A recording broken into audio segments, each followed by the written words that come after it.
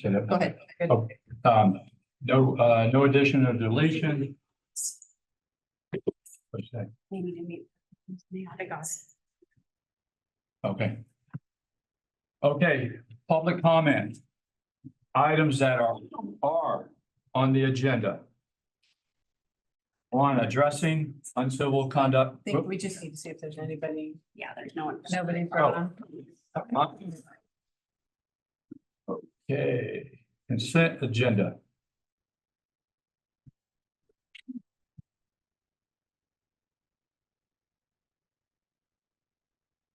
Yep. Okay. Okay. Do I have a motion to approve? So moved. I get a second? So, yes. Many people, any discussion? All those in favor? Aye. Any opposed? No. Motion passed. Okay, what do we? What's up next? These guys right here, Zach. It's always us. Okay. Just a quick lowdown of what's happening at least at Rochester. So our volleyball girls are currently at a 2-4 record, and they have not played a conference game just yet. But football is currently 2-1. We had a hard loss to Aberdeen last week, but many of our seniors stepped up to hold all the athletes accountable. Everyone is excited for our next game this weekend away at Black Hills, and our homecoming game is next weekend against them. Boys golf has been doing really well this year. And their next match is tomorrow against Hoquiam, and they're hoping to hit it on the green. Our girls soccer is unfortunately 2-5 right now. Lizzie Hoover was named the Community First Auto Center Athlete of the Week 2 weeks ago for her hat trick against Onalaska in their 3-1 win. But their first league game is tomorrow Cross country has of course been pushing it hard, and they have their first home meet and their only home meet starting at 4, and it's also their senior night. It's tomorrow. Our swim team has been doing awesome. They swam yesterday against Aberdeen and dominated. They have a few more swim meets in early October to finish up their season. Just a few things with clubs, band, all of that. So in National Honor Society, we had 52 eligible sophomores this year. I'm very excited about that. And then FFA had their back to school barbecue, and it was a huge hit. A lot of people showed up. The Blue and Gold Cafe is going to be open next week, and they're also open at varsity football games, and it's been a lot of fun. I got their own drinks, and it was pretty good. Theater is currently doing auditions for their upcoming play, and most of our clubs are starting up this week. FBLA is having their first general membership meeting tomorrow. Journalism has started up, and there are multiple new clubs in the works. So just general announcements of what's happening at the high school. Next week is a homecoming game. Like I said, the football game is on the 3rd at 7, and it'll be our homecoming game. The king and queen will be crowned at halftime. We also recently added some additions to our ASB team with our new class representatives. We had our first meeting with class reps today, and we've got a lot of good ideas about the upcoming school year and the things we can do. Any questions? Not at this time. Bet we're not 3-0. I have one question, if it's okay. Yeah, you said 52 for National Honor Society qualified? That's just sophomores, and I'm actually very excited. We Yeah. currently have 9, so that's a big jump. Huge jump, yes. Lots of good work being done by students and staff and everybody, right, to get 52 qualified. Wow, great. Thank you, great report. See you. Thanks, guys. All right. Okay.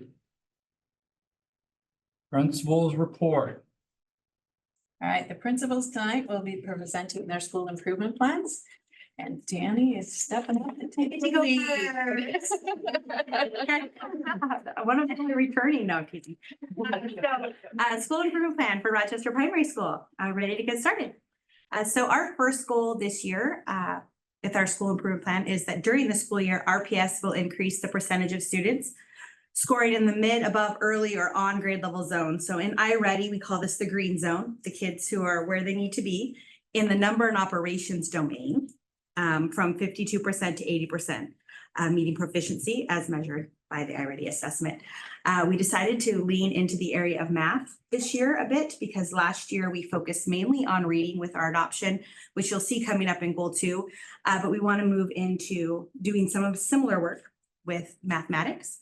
This is aligned to our strategic plan, specifically goals 1 and goal 3. Probably could argue for all 4.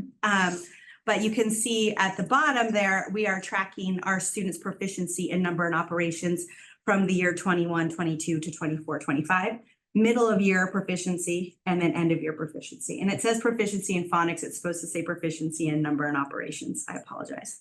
But those are our numbers as we're going, and we're trying to improve.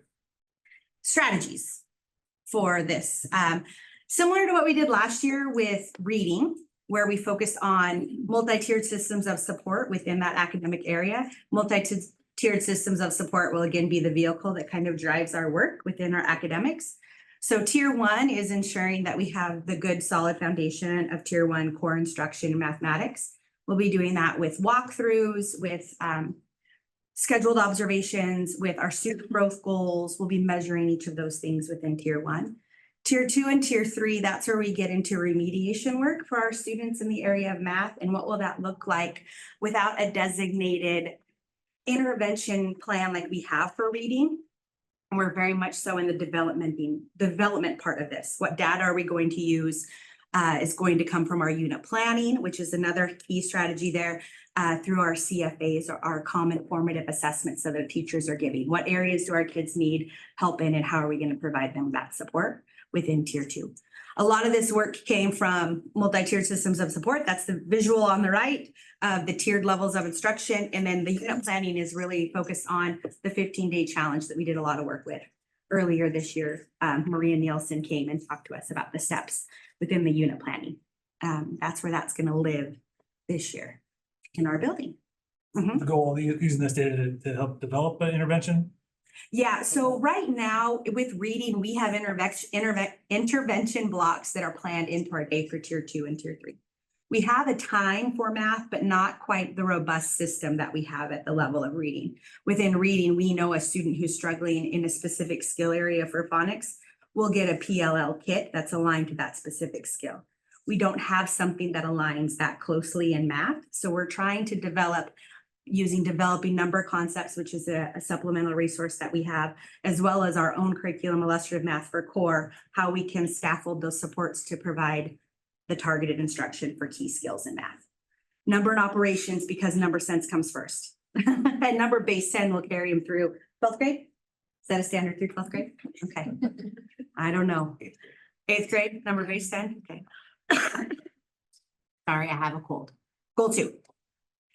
During the year, this is where we connect to last year. Last year, we focused to get 80% of our kids proficient in phonics. This year, this moves to goal 2 because we're focusing on a small group of students. Last year, we got to 71% of our students proficient in phonics, which was so close. We're not giving up. We're not saying we're moving on to something else.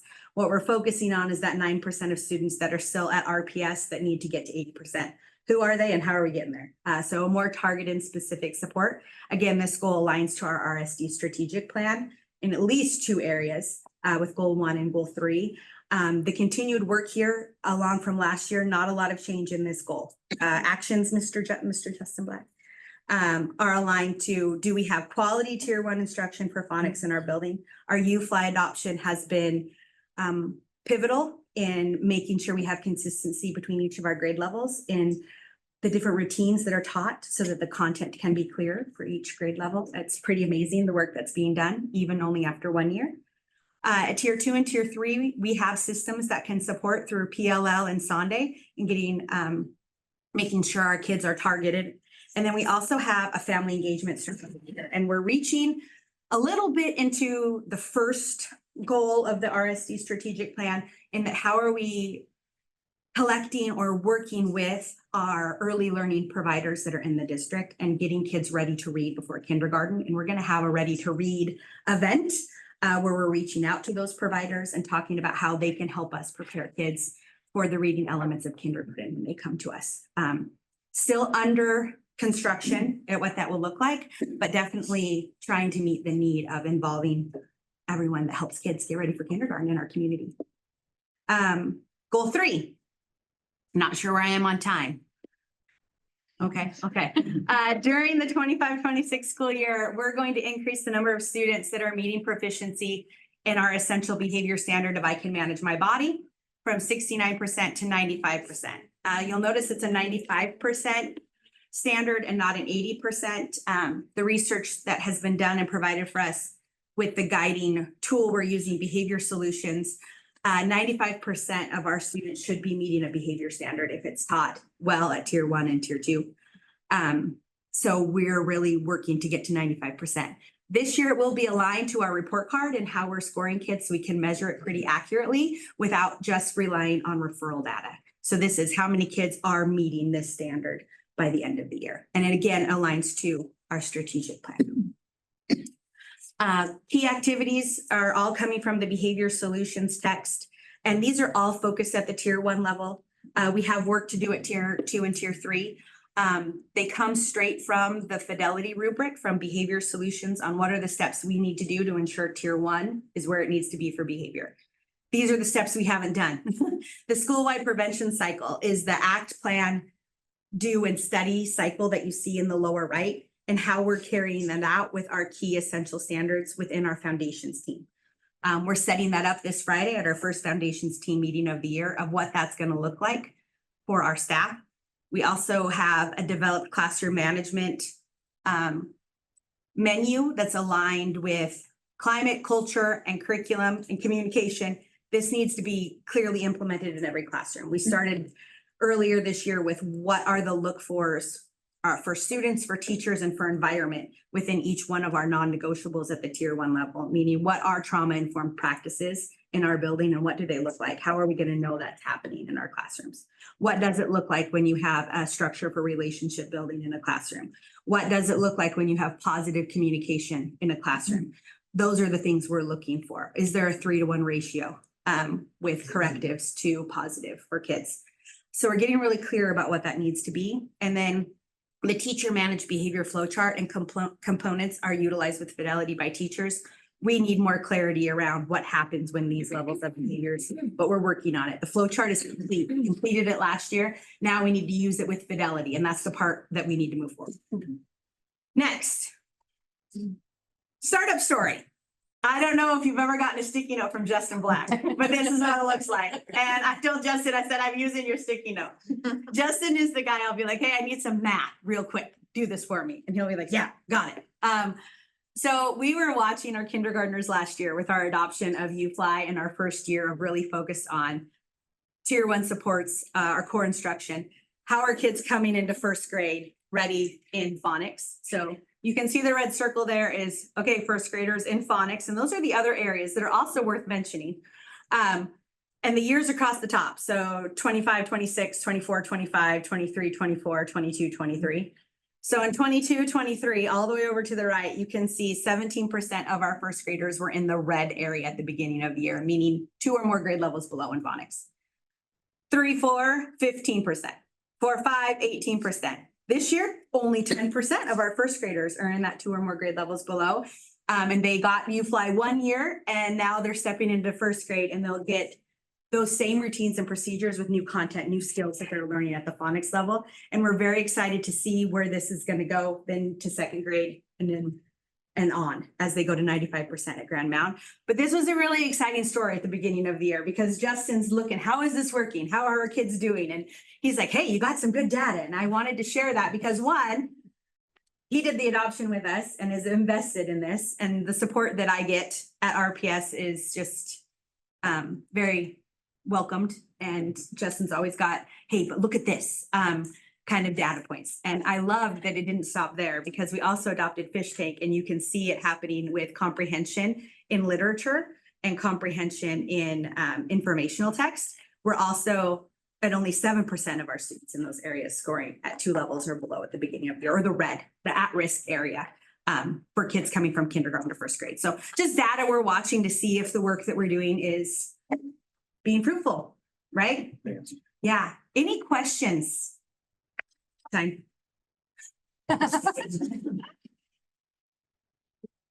Anybody? I got it. I'm ready. How was attendance so far? Attended so far. I wish Mrs. Kernet were here so I could turn and ask her. It's been okay. We have had some kids that have had 5 days in a row, but one had a broken arm and another one had some other things going on. But we've got a good start. The kids that haven't attended, we know why, and we're in connection with those families early and often. Oh yeah, we're initiating the conversation early. And we were actually ready at Connecting for Success conferences with the kids that struggled with attendance last year. Just making sure we're setting up this year with, hey, we want to avoid that this year. How can we help you? Conversations. Well, Yeah. give the kiddo a big hug from me. Yeah, It's like I a know. broken arm. And he had to have it in a sling and he couldn't have it casted because of where it was and the parent just wasn't wanting, so I know we have one that's had 5 consecutive days, but he is the only one in the building that's had 5 consecutive days of absences. I understand that misery. Yeah, I felt horrible for him. Yes, but attendance is okay. I think we did pretty well last year. We were at 74% at the end of the year, right around there. We want to be at 80 or more. Yeah, for sure. One more question. Yeah. So with you talking about reaching out to the local community to help with it, who are you- Early learning, yeah, who are you talking about? we're talking about. What we you have- reference? We have Head Start in our community. So we have a monthly meeting with the early learning providers in our community that feed into Rochester School District. So Joyful Daycare, which happens to be Nicole Kernet's mom's daycare. So there's a connection there. We have Rochester Co-op Preschool, Rochester Preschool, which I think is Child's Time now, Laura. Is it Child's Time now? We have also done other extensions into other people who are providing in-home daycares. That way we are seen as the leader in how we can help you prepare kids for kindergarten. We need that connection in our community. So we meet with them once a month and now we're gonna try to get them coming into the school to get ready to go. Right? How can we help you? Mhm, And since he took my question, mhm. how is the interaction with those families whose kids are not showing up to school? Always positive. I think a lot of times there are some reasons we seek to understand. We're empathetic. We know there are things going on, but families also know that in order for us to educate their children, they need to be at school. We try to keep everything with a let's work together mindset and not a shame on you mindset. We get more support that way. Our teachers are very good. There's a couple in the room. Hey, kiddo's not here today. How can we help you? How can we get him here? Within 9, 10, they're showing up because it's picture day. And it was like, hey, they're not here for picture day, but the rooms, the app with that direct communication and line of communication with families and letting parents know, hey, we really would like to see the kid, even if they're here for a couple hours. But the communications, I think, have been relatively positive. I haven't asked every teacher about every communication, but I think it's good. I think it's well received. I think parents understand that, yes, their kids need to be at school. Sometimes there's other barriers. Okay. Yeah. Any other questions? No, thank you. Okay, thank you. Thank you, Danny. Danny? All right, and next we have Mr. Aragon. Welcome. RNS. All right, we got a time or two, so that's not much. We're gonna keep it moving. So, yeah, first off, I guess I just wanted to thank Danny and RPS for all of their hard work because we are also noticing all of their hard work as students come up. And from what I understand, obviously, because I'm new, our intervention groups just continue to get smaller and smaller, the students that need a lot of intervention. Anyway, congratulations to RPS and all of their hard work. So. Thank you. You're welcome. So for our first goal, as you can read, by June 2026, TMS will increase the percentage of educators who identify as amplifiers of teacher collective efficacy from 64% to 80% as measured by a self-assessment tool. So collective efficacy has been demonstrated to be one of these really powerful effects on student learning. And basically what it means is that we all believe that we're going to do whatever we can to make sure that students achieve at high levels. And so do that through collaboration, and amplifiers are not only not only have a strong belief in their peers, they're also seen as very credible teachers or educators as well. So this includes all of our staff, whether it's certified or classified personnel as well. So as you can see, some of the key activities, so differentiated professional learning. So we have options for our adult learners and how they engage with each one of these components, whether teacher collective efficacy and also the teacher credibility. Micro teaching is basically a strategy where you take a small component in. I would like a chair. Oh, here's one right here. Take a small component of like a teaching strategy, and sometimes it's done through video, other times it's done through collaboration, but really study one part of an instructional strategy and support one another through either a coach or like a peer can also go through that. Playbook strategies, so this comes from the Fisher and Frey playbook, and in some of the categories it talks in there, trust and competence. And then we also have used the conversation transformation Together. an activity out of We the are conversation stronger transformation together. book. So that's one of the activities that we've done No in doubt there. about it. Really helpful, called the Savvy Grid that's within there, and kind of is Wear glasses. a way to be able to have people say Someone's things. trying to not to disrupt what they're saying. Let there be order in this court. Yes, please. The principal is trying to give a briefing right now.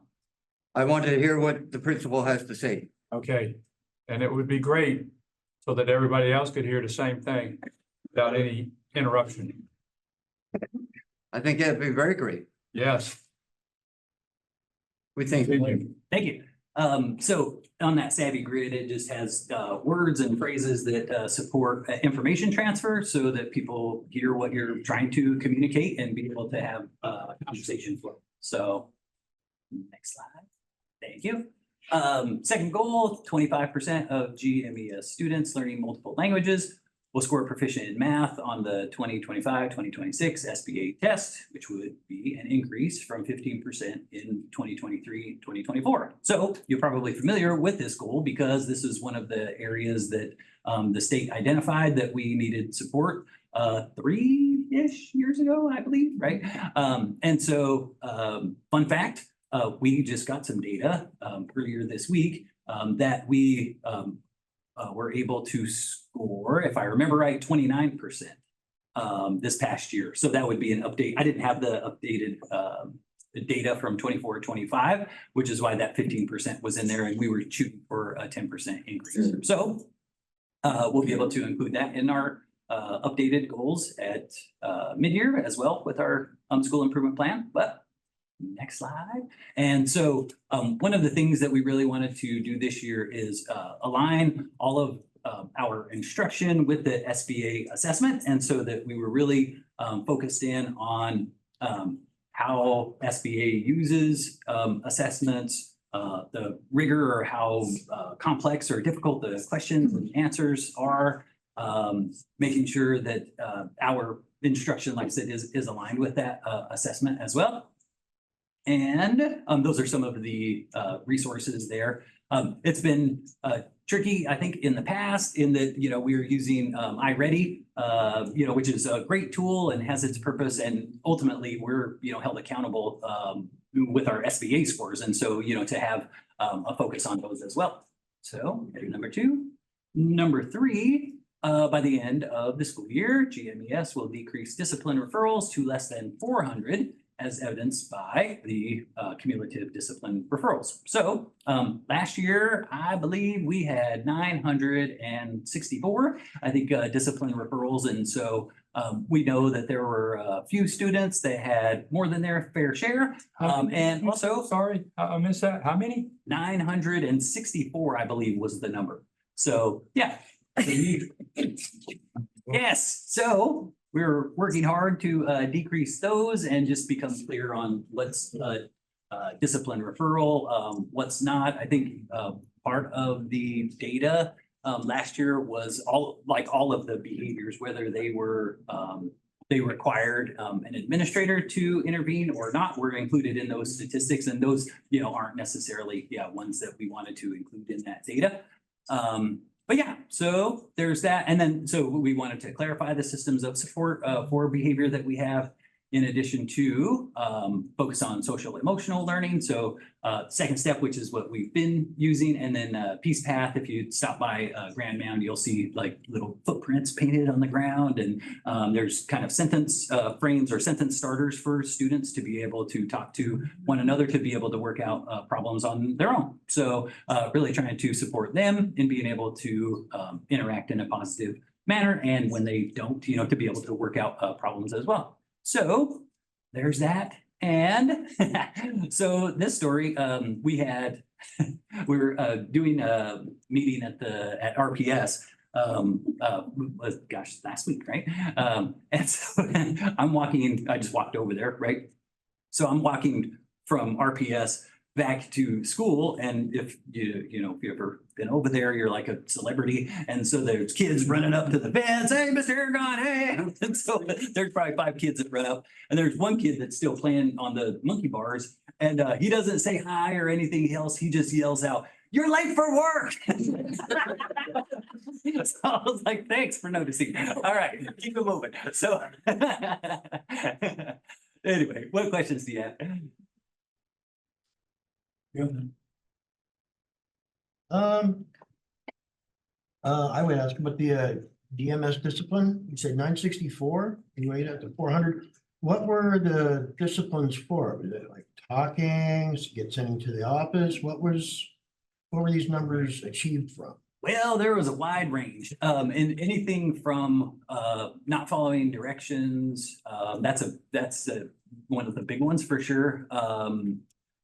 Other sorts of like compliance issues. I mean, from, those all the way and up to, being like physically aggressive, as well. So, swearing, I mean, we have a few pages of, definitions and, terms that get logged into the system, but, those were some of the not following directions, that was a big one for sure.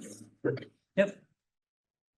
Yeah, milestones along the way, quarterly, kind of seeing where you are in comparison to last year to. Yeah, I think Everything's working. Yeah, I think that right now we have, I just looked at this earlier today. It's very early now. 30-ish. So, and we're, almost a month into school. So, definitely on track to keep that, or make that 400 goal for sure. And it's tricky math, right? Because sometimes, like, I've been in other places where they just say, well, don't write referrals, and like, oh, look, we made our goal. And no, that's not it. We want the referrals to come in. We want to respond. We want to support our teachers and, do whatever we can to make sure that they, are able to support the students as well. So, yep. Awesome.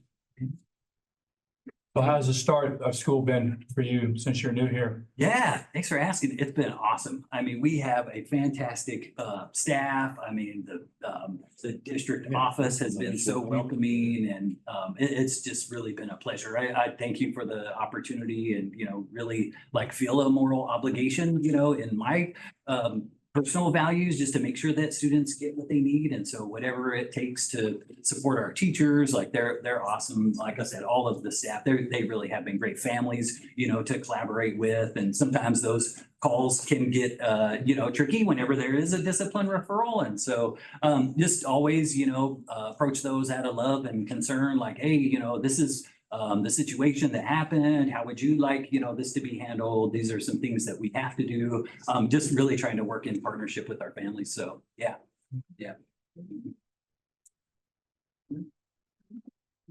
Okay. Thank you. All right. Excellent. Thank you. Good questions. All right. So that was 10 minutes and 41 seconds. Yeah. Right, next, we have Mr. Baird. Rochester Middle School. Right.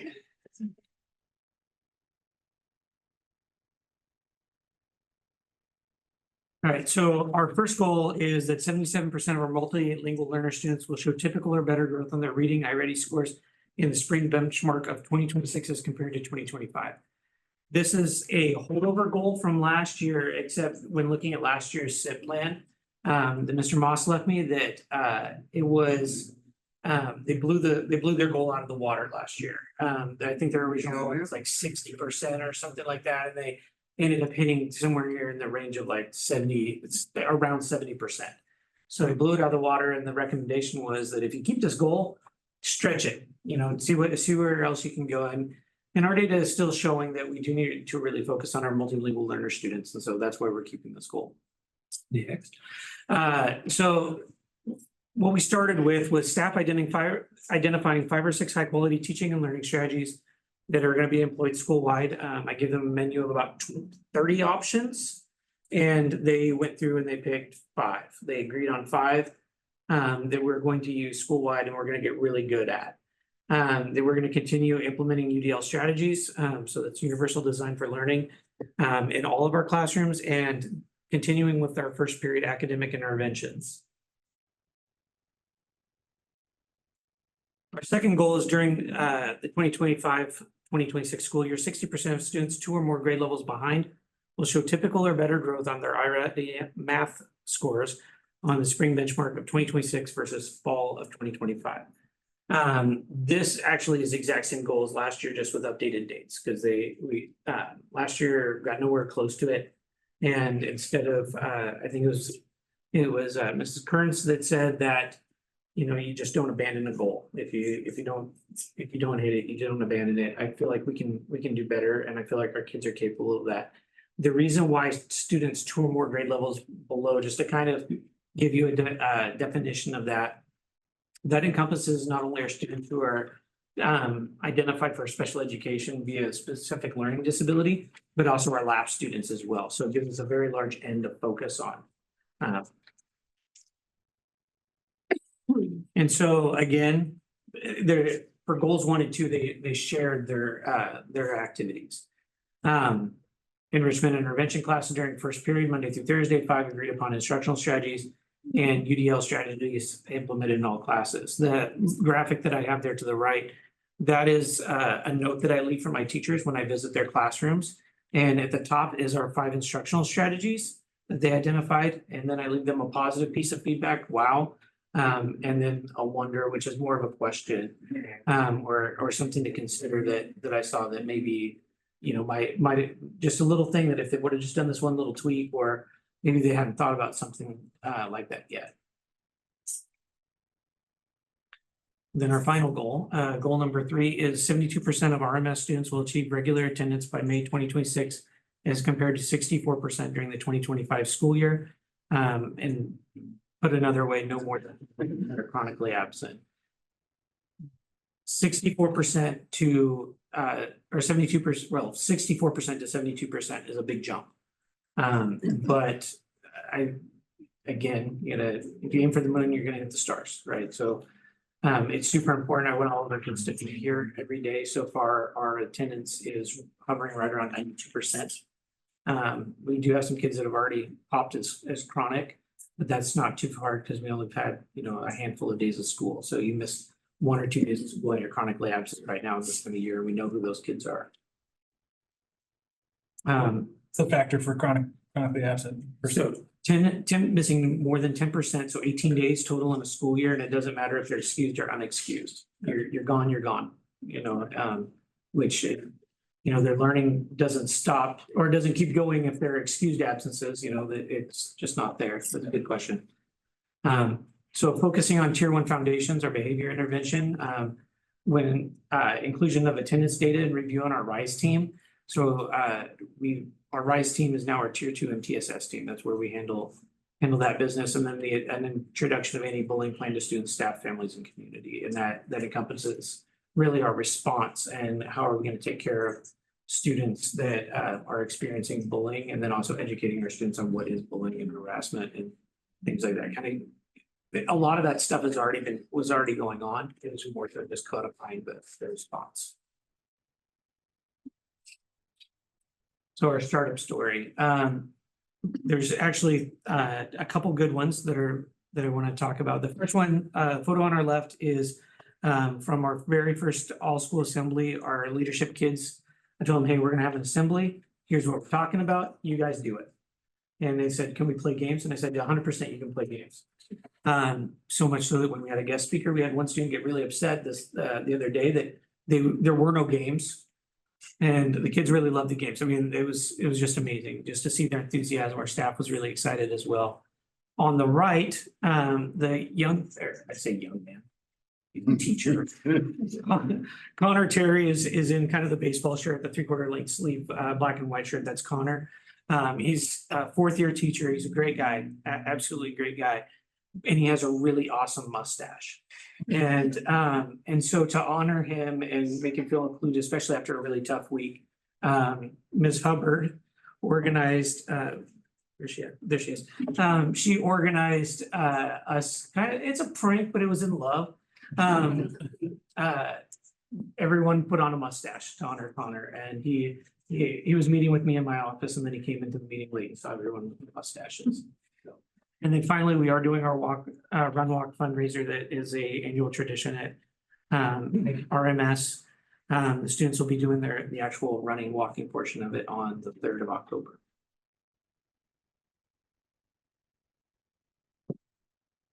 Questions? You? Done at this time? I have a question. It's not for you to ask questions. Oh, okay, then I won't ask a question. You don't get to do that. We do that. When you leave the notes Yes. in the teachers' rooms, do you re-look at those notes? I mean, address them, whether it's good or bad, with them at a later time? Or is it just something that, you kind of just? No, I do. I take a picture of the note so that I remember what it said. Because I also am collecting data on my walkthroughs as well.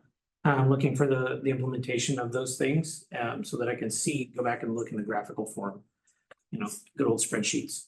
And, but I also get the picture of it to see exactly what I wrote because, and then I have a follow-up conversation probably 80% of the time, especially if there's something really, really great that I want them to know that was really awesome. If it's at the end of the class period when I happen to be in there, I'll hang around, I'll talk to the teacher and just hand them, personally hand them the note. In my last building, some of those notes stuck around for a couple years, that they were reminders stuck to the teachers' computers that, they do great things. I feel like oftentimes when an administrator comes into a classroom and watches and then just walks out, as a teacher, you're left with all this wonder, like, well, was it good? Was it bad? What do they think? Am I gonna get fired? What's going on here? And so that it's kind of a piece of comfort, like, this is what I was thinking. This is exactly what I was thinking when I was in here. I was thinking, this was awesome that were using, today I was in a classroom where a teacher was very clear on making sure that kids understood what the grade book meant. I mean, it's not necessarily part of a core academic piece, but making sure the kid understood what their grade meant and looking at skyward, it's very reassuring to know that it's not just, oh, I'm looking at my grade, I have no idea what this means.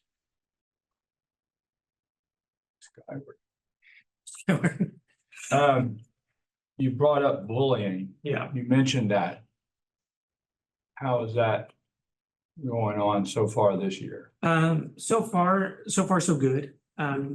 Most of the things are bubble overs from last year, the kids had a whole summer to think about or engage in social media and things like that. When I pulled the data from last year, and looking specifically at referrals written for harassment, intimidation, and bullying, there wasn't a whole lot of them. And when I say a whole lot, I mean 27. I know that the problem is much larger than that though, because, and even if it's not, even if there was only 27 confirmed cases or incidences of harassment, intimidation, bullying, it has a big perception. It looks a lot like a much bigger problem. Kind of like if you don't like spiders, every spider is gigantic, right? And when I talked to kids when I was during the transition and coming over and visiting the school before school got out, I'd ask kids like, what do you want me to fix? And that was the thing that kids brought up a lot. And they would tell me about how this bullying was occurring and stuff like that. And talking to parents during the 6-year transition night, that was a thing that they were concerned with. And every time I've talked to parents, that's a thing that they're concerned about.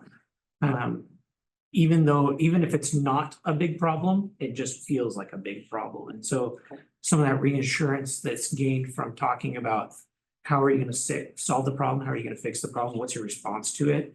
I feel like it goes a long way.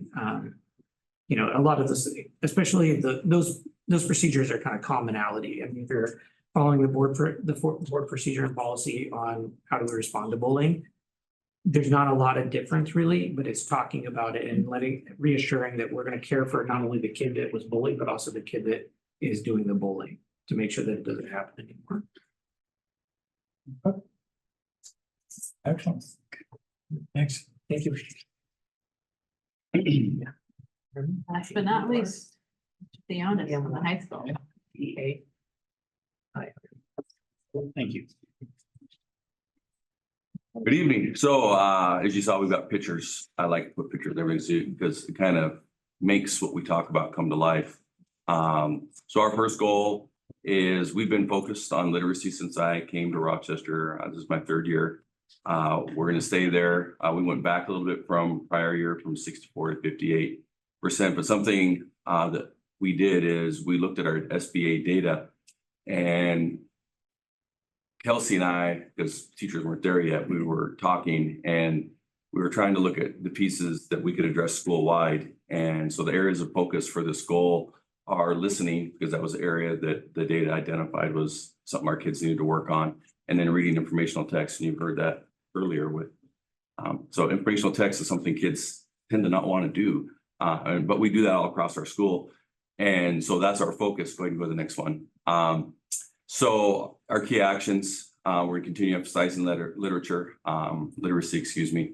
And today, actually in our try, we went through the 4 R's. This is exactly what we're doing. I watched a teacher do this at a very high level. Actually, it was our instructional coach, but she was, it was awesome to watch in class. This is the listening part of when you're in class and people are talking in small groups or in large group, and you're repeating what you hear. You're taking what they're saying, you're rephrasing it. And then you also, then the next step is rewording it. And then at the end, teacher or students are recording, and the focus is on academic, taking the conversation and hitting the targets that we're aiming at while the teachers are doing their instruction. And that's all part of student structured talk. So all these things kind of wrap together. There's several actions we're doing, but this is the one I wanted to emphasize.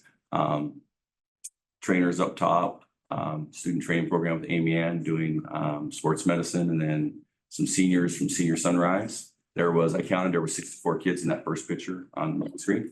So a lot of kids showed up for that. That's a pretty cool thing. Next goal, multilingual students will increase their performance on the math smarter balance assessment from 0% to 25%. We had 0% of our multilingual students pass the test last year. So our expectation is to at least get 25% of them there. Once again, we went into the SBA data and looked.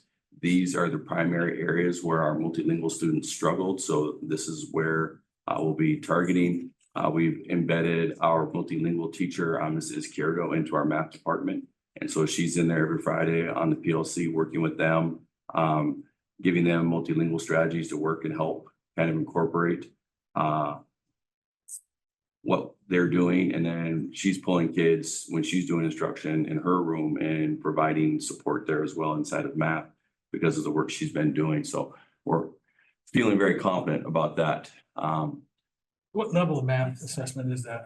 It's, so you're sophomore based, so it's primarily algebra. There's a little bit of geometry in that test. And that's something, go ahead and hit the next one, Justin. Did I do my key actions? No, go back. Something that's there is we're using the SBA interims, and we can target each one of these elements inside of the SBA. And what it does is the teachers don't have to grade it. The system will grade it for them.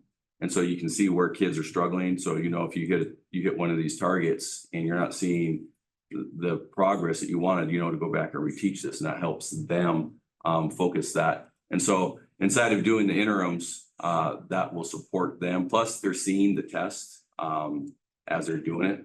And so that's really helpful for them. They're seeing how these questions are going to be brought to them on the exam. Because I think as we've gone through my 2 years here, we've started to do more of that. We hadn't been doing that. So the kids were seeing stuff on the test that were written, asking them to do things that they didn't understand. and they knew how to give the answer, but then they wanted you to write about the answer.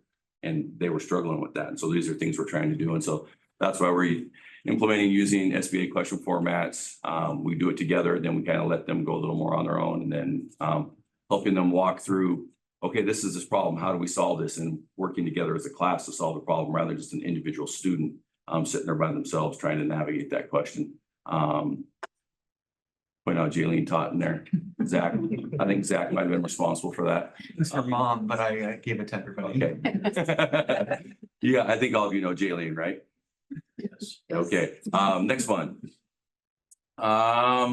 This one's kind of a passion point for me. Since I've come to Rochester, I want to make our school so engaging that when a kid says, I really want to go to Newmarket, or I really want to go to Running Start, but I don't want to miss this, and I want to be here for that, and I can get most of everything I need here at Rochester High School. I don't want to go do that because I want to be a part of what's happening here.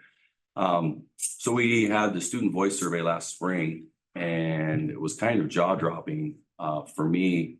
There's two questions specifically that go on to respect. One's student to student respect, which is question 25, and 26 is student to staff respect.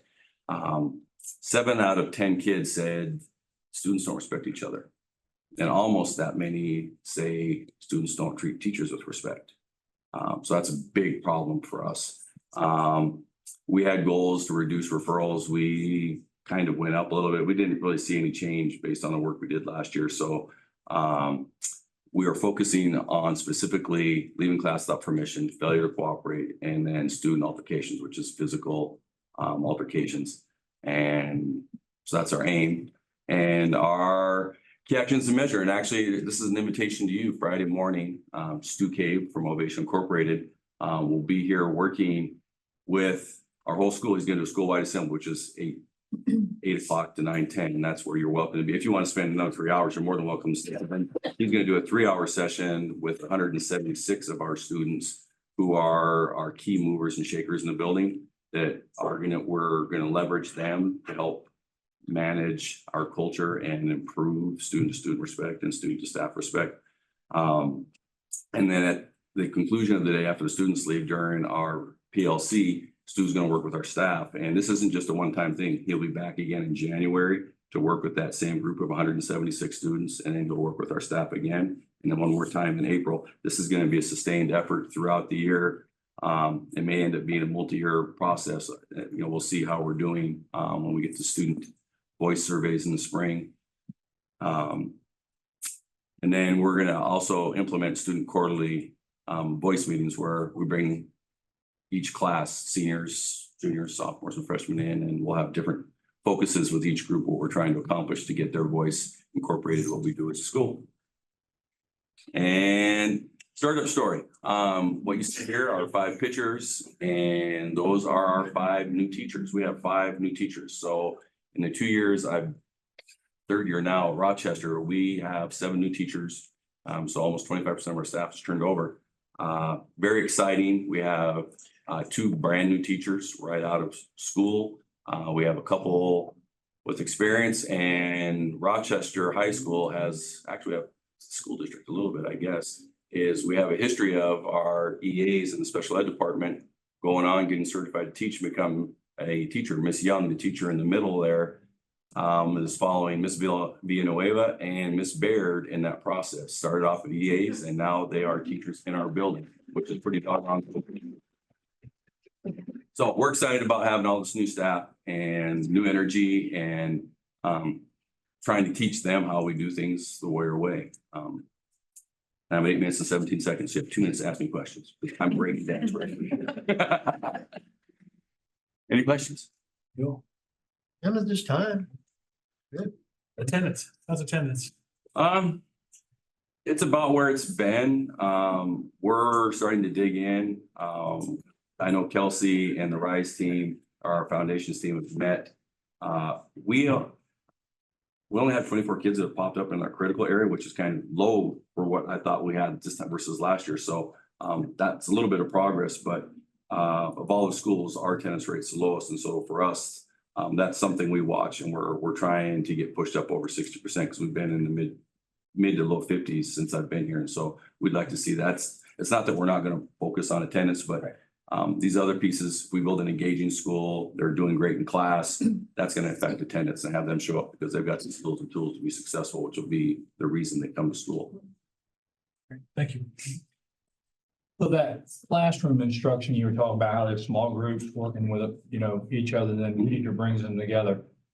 Do you think they learn a math problem? If that's what they're, discussing at that time, did they learn it better that way amongst their peers?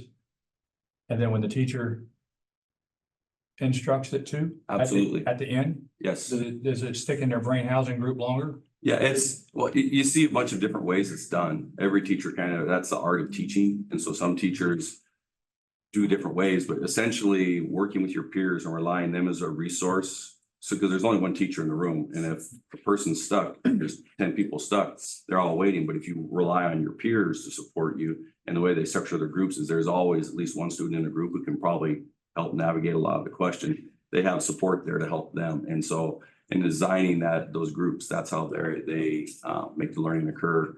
And then, they work together in small groups and they do large group stuff. And that way students feel supported and they're not the only one. You're not up there at the board by yourself like we used to do it. And if you didn't know what you were doing, you're feeling very uncomfortable. Our teachers don't do that. The kids work together in a group, and if they're doing choral, everyone will put it up on a board, and the teacher's the one who sees the board, not the other students. And so that works really well. And so with that, if they're working good together in these small groups, why do you think there's so much disrespect between students and students and students and teachers? It's tough. We have a lot of students that have some tough lives. There's a lot of students that are facing some instability at home, economically, emotionally. There's as many kids as we have are the reasons for what we're facing. But what the idea is, we need to be able to communicate. And when so for instance, if I'm being disrespectful with you, I would hope one of my kids would say, hey, we don't do that here. That's not how we do that. And then the response is, yeah, you're right. I apologize. I shouldn't have said it that way. So we should communicate like we do here. If you and I have a disagreement, we don't get into a fight, start yelling at each other. We talk and we try to work away. And then maybe at some point we have to agree to disagree. We may not ever agree on the point, but we're respectful in the interaction. We're not going to sit there and get disagreeable and get physically in physical confrontations. That's why I asked him. I said, you've been in school for 10, 12 years now. How many teachers have you seen rolling around in the school fighting? None. I said, exactly. You don't fight when you're an adult. These are things you need to understand. We don't fight. You use words, you communicate, and you get done. Okay. I'll leave it at that. Thank you. Yes. Got it.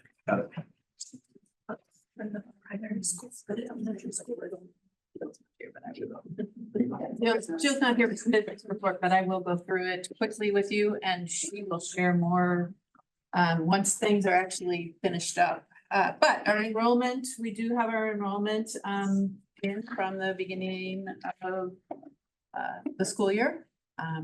What we're 18 days in, is that right? Yeah. So we do have a lot of students right now, 2,050 students. It's up 25 students from where we ended last year. So that's that's where we want to be. We did lose 37 students during the course of the year last year. So that's a little concerning. We know we need to be high at the start of the year so that our average annual is what we budgeted. So we will keep working on that. We did see a 10 students increase at both first and second grade. And we did also see 7 student increase at 6th and 9th grade. And then we saw some decreases at 3rd and 12th that were both hovering around 6 students less than what we had thought we would have. Next slide. There you can see we're starting basically right where we started last year, just a little bit higher than where we started last year. But again, I want to remind you where we ended last year. If you look, I don't know if you can arrow, there we go. We ended lower than we've been in 4 years, or at the lowest point as we've been in 4 years. So something we're watching and really trying to figure out where'd our kids go last year and are they gonna be here all of this year? Our fund balances, so this is a work in progress. We close our budget out at the end of October, so Jill is working on this as, well, she's not feeling good tonight, but this is what she's been spending all of her time on right now is closing out the budget. The general fund right now, a very tentative number is just about 4.5 million. Capital projects at 3.8, debt services 137, and our ASB at 602. And then our transportation there, thank you, at 258,000. And this you can see just our projection along the way. And then our budget summaries. You can see we are on track for finishing out our year. Okay. And Jill will be, she actually is going to come and talk to us on the 4th. So she'll go through some things with us on budget there. All right, so the year has begun. We are 18 days in and we are settling in and kids now know the honeymoon is starting to be over. We know that. But I gotta tell you, things started really well. Our staff came in, they were extremely positive, a lot of hope in the air.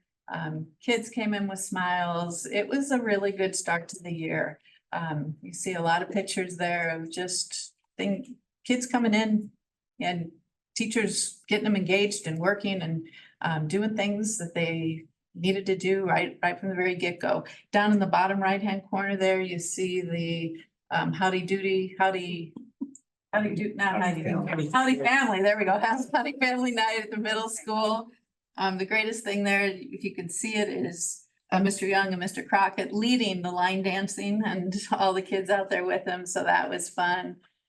There's a picture of Danny there directing traffic. We've got teachers working together on an ACT Friday. I think that was last ACT Friday at the middle school, our social studies teachers working together. So things are up and running and they're going great because of all the work the staff are doing.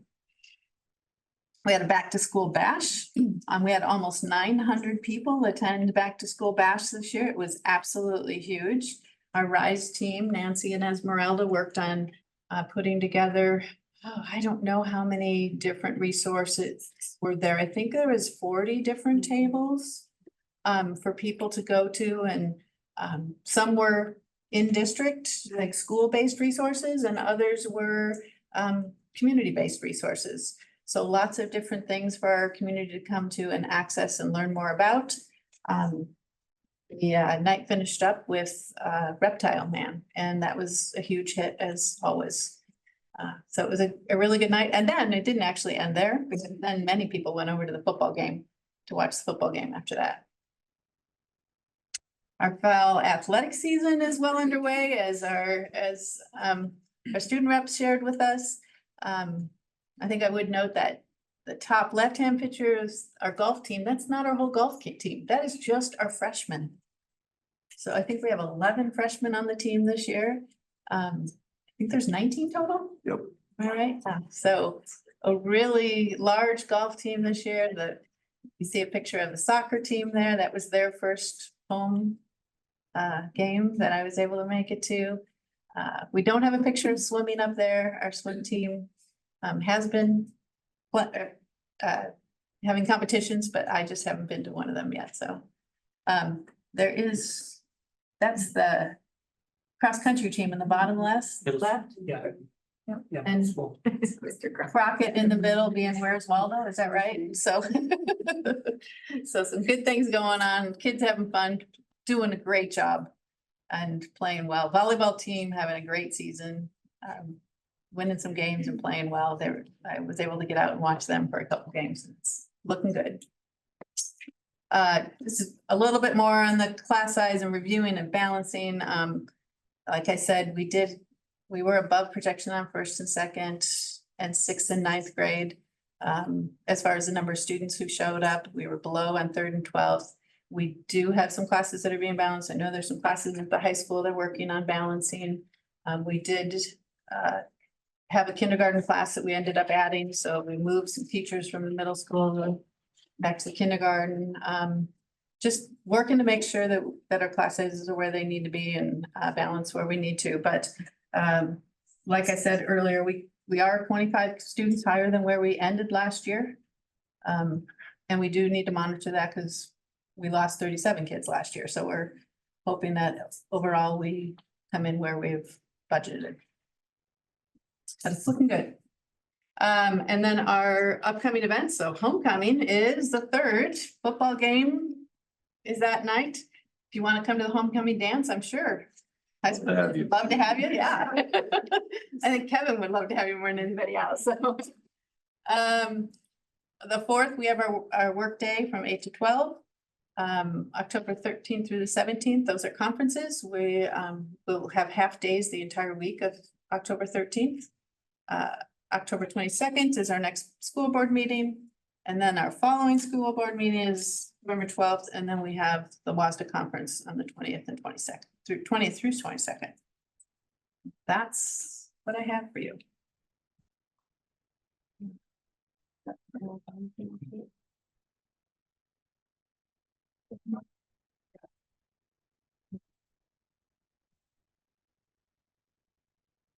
Yes.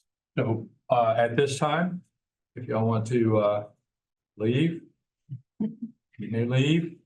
You're welcome to stay. You're welcome to stay. Thank you for having us. Thank you for coming tonight, you guys. Thank you. That's. Oh, yeah. Principals. No, no, no, no, no, no. No, go ahead.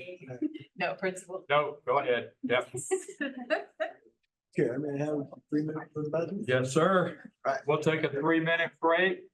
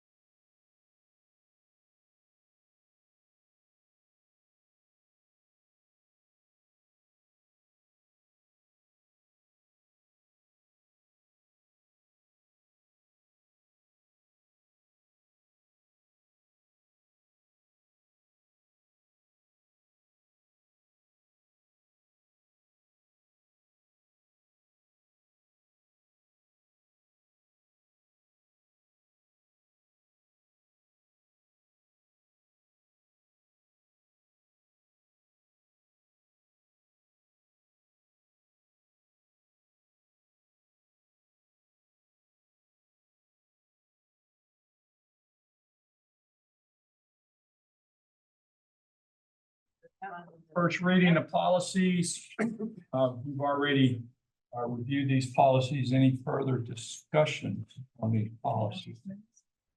It'll be up at our next meeting for approval, right? Yes. No questions? Fine. No, no, okay.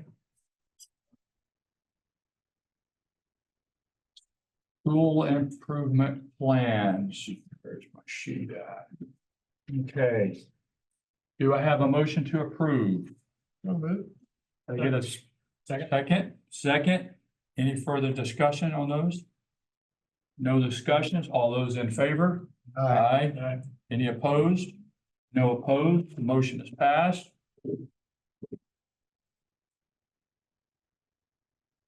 Okay, our out of the state overnight trip.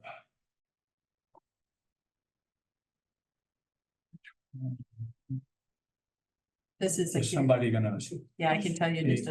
This part, anybody? I don't think we have anybody to speak. Nobody to here this. just want to speak to No, it. this is a gear up trip. The kids are going to on October 9th through 11th, and they're gonna go visit 3 different colleges. Yeah, I think it's Idaho State. Eastern Washington, sorry, Central University. Washington, University of Idaho. Okay, yes. And the students are, they get to choose to go. So it's kids who would like to take this trip and go visit 3 colleges. Okay. All right, have a motion to approve. So moved. I get a second. Second. Any further discussion? No discussion. All those in favor? Aye. Any opposed? No opposed. Motion is passed.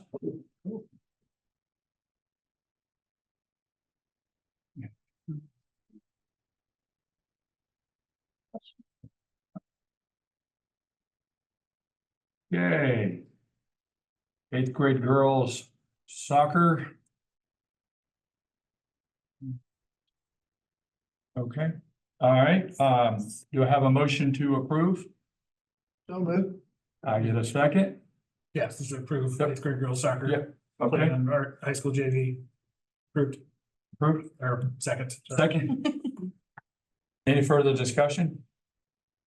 No discussion, all those in favor? Aye. Aye. Any opposed? No opposed, motion is passed.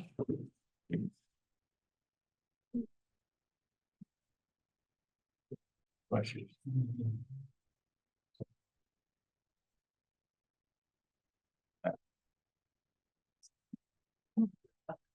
Oh, that's the only one, right? Those 2 right there. Okay, public comment, public comment protocol. The board recognizes the value of public comment on educational issues and the importance of involving members of the public in its meetings. The board president will call forward individuals who have signed up to speak. Please state your name and limit your comments to 3 minutes. The board will not respond to comments during the meeting unless there is a need for a clarifying question, as most issues require the board to review all available information before making a decision.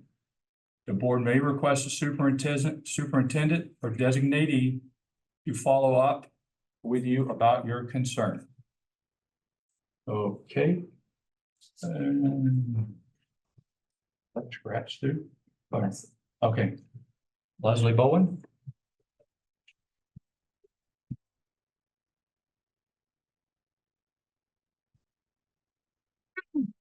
So good evening.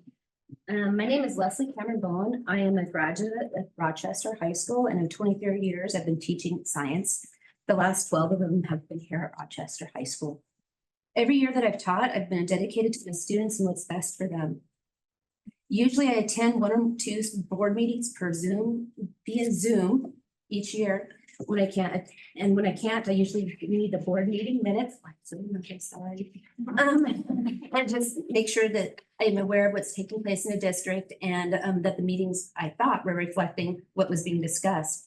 Last month, I attended the public board meeting and was very disappointed with some of the things that were mentioned. To hear a board member ask whether the new staff lives in the district was inappropriate in my mind. It should not matter where a staff member lives, but that they are a person that is qualified for the position that they were hired for, and whether or not they will do what's best for our students. So I ask of you to ponder the question, are the staff at all levels in the district that are hired, even if they live out of district, doing what's best for our students? This brings me to my next issue, which is related to when two board members spoke at the last public meeting and expressed their concerns about the teachers and the teachers union wasting Dr. Beckman's time, and that she could be doing better things for students instead of bargaining with the union. This was very disappointing to hear because that union represents me. Let me explain a little bit more. For 16 school days, even though the issue was known last spring, I've had over 45 students in one science class and 35 students in another. Did you know that the National Science Teacher Association and the National Fire Protection Association recommends that maximum class sizes for lab classes is 24 students, provided that the legal occupancy load standard is met? This standard generally requires approximately 60 square feet per occupant in combination lecture laboratories, which is what we have at RHS. Do you realize that that room that I'm teaching in is 1,080 square feet? And by these standards, you only have 18 students. If you use the recommended 50 square feet measurement for a room that is only for science lectures only, that's 21.6 kids. I feel that I'm a professional teacher dedicated to what is best for my students, even when it is a detriment to myself. Yet I feel unappreciated and disrespected by your comments. The district's attitude towards teachers has changed over the years, and it's really hard to stay positive when we have leaders that are discussing things with all the facts are based upon glowing reports. It's great to have district goals, but we need a teaching environment that allows for this to occur. With that being said, I feel that the teachers union is trying to negotiate for conditions that enhance the teaching and learning environment for students and staff, and it's not wasting anybody's time. Thank you for listening. Thank you. Ma'am Johnson.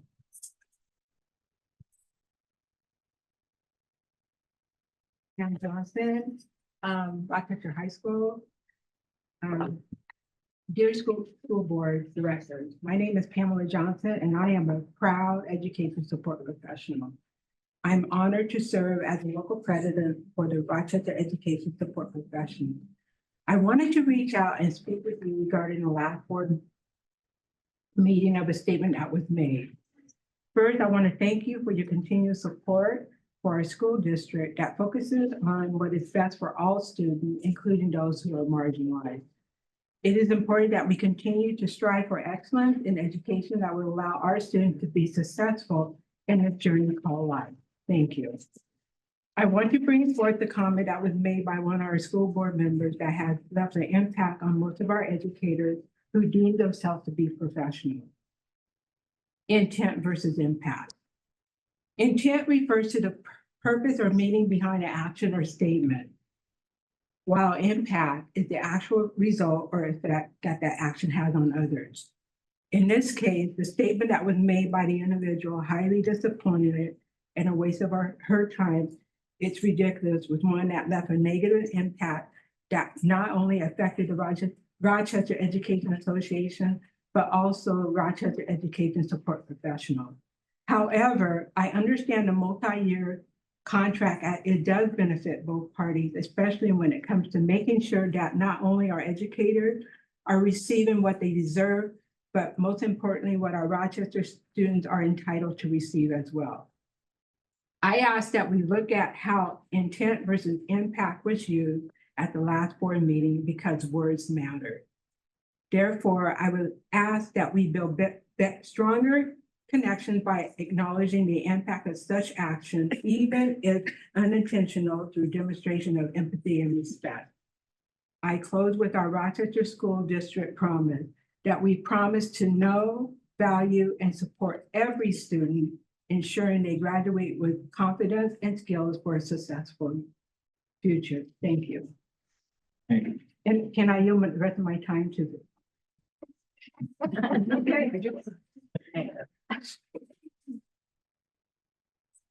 Amanda, leader, how do you pronounce your last name? Here. Here, thank you. I'm Amanda Here. I work at GMES and I also have a fifth grader in the district. Did you know GMES is waiting for their new EA to provide 1 hour of weekly valuable prep time? I have had to avoid engaging activities due to the prep involved. If I could plan on that 1 hour, it would be a game changer. Did you know the leadership in my building is amazing? I feel heard when I bring ideas or concerns to my admin. The attitude of my admin is that they are here to serve me, just like I am here to serve the students in my classroom. The building climate feels dramatically different for the good. I know I will be encouraged in the great things I do for students and redirected in a positive manner should I need to do something different. Did you know that the elementary school does not have a science curriculum anymore? Fifth graders have a standardized state science test in the spring, but unless teachers are buying their own supplemental resources and planning their own science units, students aren't receiving any consistent science instruction. Did you know there are staff members that are having to use their own personal time, unpaid time, to support new staff because without that support, the new staff would not be successful?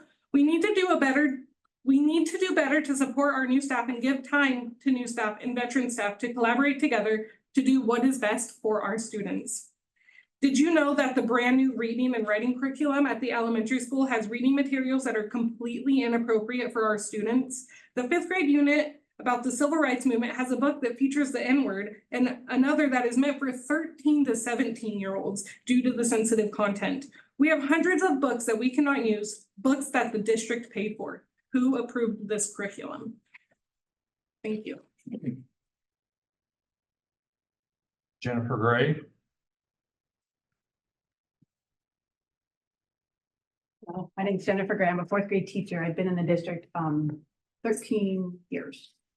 So these are, did you know, that were gathered from different staff, so it's random and anonymous. Did you know when my family was going through a life change, Maggie Evans, Michelle Fayette, and Kelsey Lincoln helped a lot with resources. I am thankful for their support and advice. Did you know teachers have to supplement writing and use their booster fund to purchase a writing curriculum for the school? Did you know through a grant, I was able to complete my master's for free? I am thankful for Rochester for letting me know about this opportunity to better myself, my family's future, and to gain more knowledge to help our multilingual families. Did you know last year many families made concerns about their students' safety due to a violent student, and the student remained in the class and continued to harm others? Did you know I spend time after contract hours to make packets and do cutting of materials for centers, so I use my plan time to email parents, correct papers, and lesson. Did you know our school does not have any science curriculum? Mystery science was not funded this year, and now students are not currently getting any science beyond what staff are creating and paying for on their own. Thank you. Thank you. Rachel? Oh, okay. I also am reading, did you know, statements from random members in buildings in our school district. Did you know 2 veteran teachers and a new teacher were given the opportunity to work together to help support the new teacher to be successful with their role and to help students? This was a great time to collaborate and show our new teacher support. If our teachers are supported, they can support students more effectively. This should happen more. Did you know special ed staff are stretched thin? Caseloads are over the contract limits. When brought to administration, the response is, that's what you're hired for, figure it out.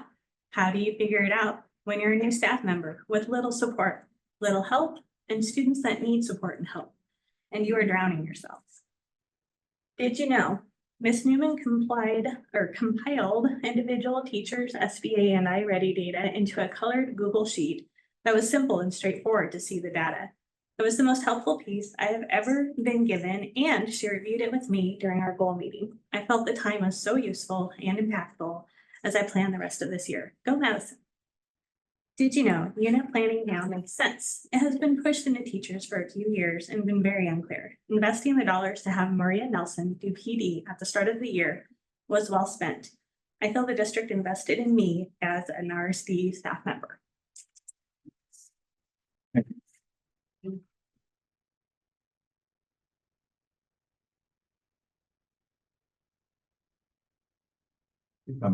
I know you should. I'm gonna read fast. Okay. My name's Vicki Bice, and I'm a current president of the Rochester Education Association. I moved to this community in 2003, and I'd lived here for 22 years. My 4 boys all graduated from Rochester High School, and my granddaughter is now continuing our family story as a kindergartner in the dual language program. I began working for the students and families in this district in 2008 at RHS. While I recently moved just outside of the district to purchase a home, my commitment remains steadfast to our students and families and our district as a whole. As the union president, I'm equally invested in my members, their immense commitment to RSD, and in making sure I do all I can to advocate on their behalf for the best and safe working conditions, support, and compensation. I have the honor of serving as the union president for a 3rd term, as I volunteered for 2 terms several years ago. While the landscape of education has changed drastically since my previous time in office, the dedicated and professional, certificated and classified staff we have here are second to none still. What has declined is the involvement of the school board in our buildings, the trust we all feel from the top to be the professional educators we are, and the trust we lack in the decisions made on students and staff's behalf, both financially and professionally. We all have been trained in trauma-informed responses so we can navigate and best support our students. We ask for the same treatment from our administrators, superintendent, and school board. We lived through, taught during, and suffered from the pandemic. We continue to take both verbal and physical abuse from students and sometimes families, which has increased exponentially since returning to in-person learning. We deserve to have the solid backing and support of our admin and school board as we navigate back to a new normal. Have you seen any of those online memes, videos, TikToks, or the like that talk about the diverse students in every classroom? They point out how teachers are supposed to differentiate instruction for each student. They point out that the classes are a mix of ML students, students with IEPs and 504s, students in high cap, and all the ones in between. All this on top of dealing with over-the-top behaviors, we talked about lots of that from the principals tonight, that come out nearly every day. The educators in each building are doing the best they can with the limited support staff they have. Even more, they're the ones still teaching, still working directly with students, still showing up at many student events and paying to get into those events. And they're the ones who feel the budget cuts deeper than anybody in this district. The staff we have in the Rochester School District is a mix of 4-year veterans all the way down to 1st-year educators. Not to mention, we live in many different communities, not just Rochester. They choose to work in Rochester schools and support Rochester students and families. They are all important and their voices are united. They are the frontline workers in the trenches, and they chose to be educators as they enjoy and love being educators. The additional stress and requirements put on them makes it hard to want to stay. They're continually required to do more with less. They're giving new platforms to use with little training, and even worse, no time built in to learn it well enough as the year gets started. It's time to start working together. We're seeking to understand what happens at the classroom level before making decisions that affect those it is critical to the success of the district. Education is a service industry, and the leadership should be designed with that in mind. The leaders in a service-first industry are the ones who should be holding up and supporting those in the trenches. We count on that so we can do our jobs and educate the littles. We want to be heard, we want to be part of the conversation, and would truly appreciate more direct dialogue with our school board members. You all need to hear from those you make the decisions about, the ones who take care of the students and their families, the ones you should be taking care of, so they can do their best to serve those. Thank you. Thank you. Okay. Okay, the meeting is adjourned at 19:55.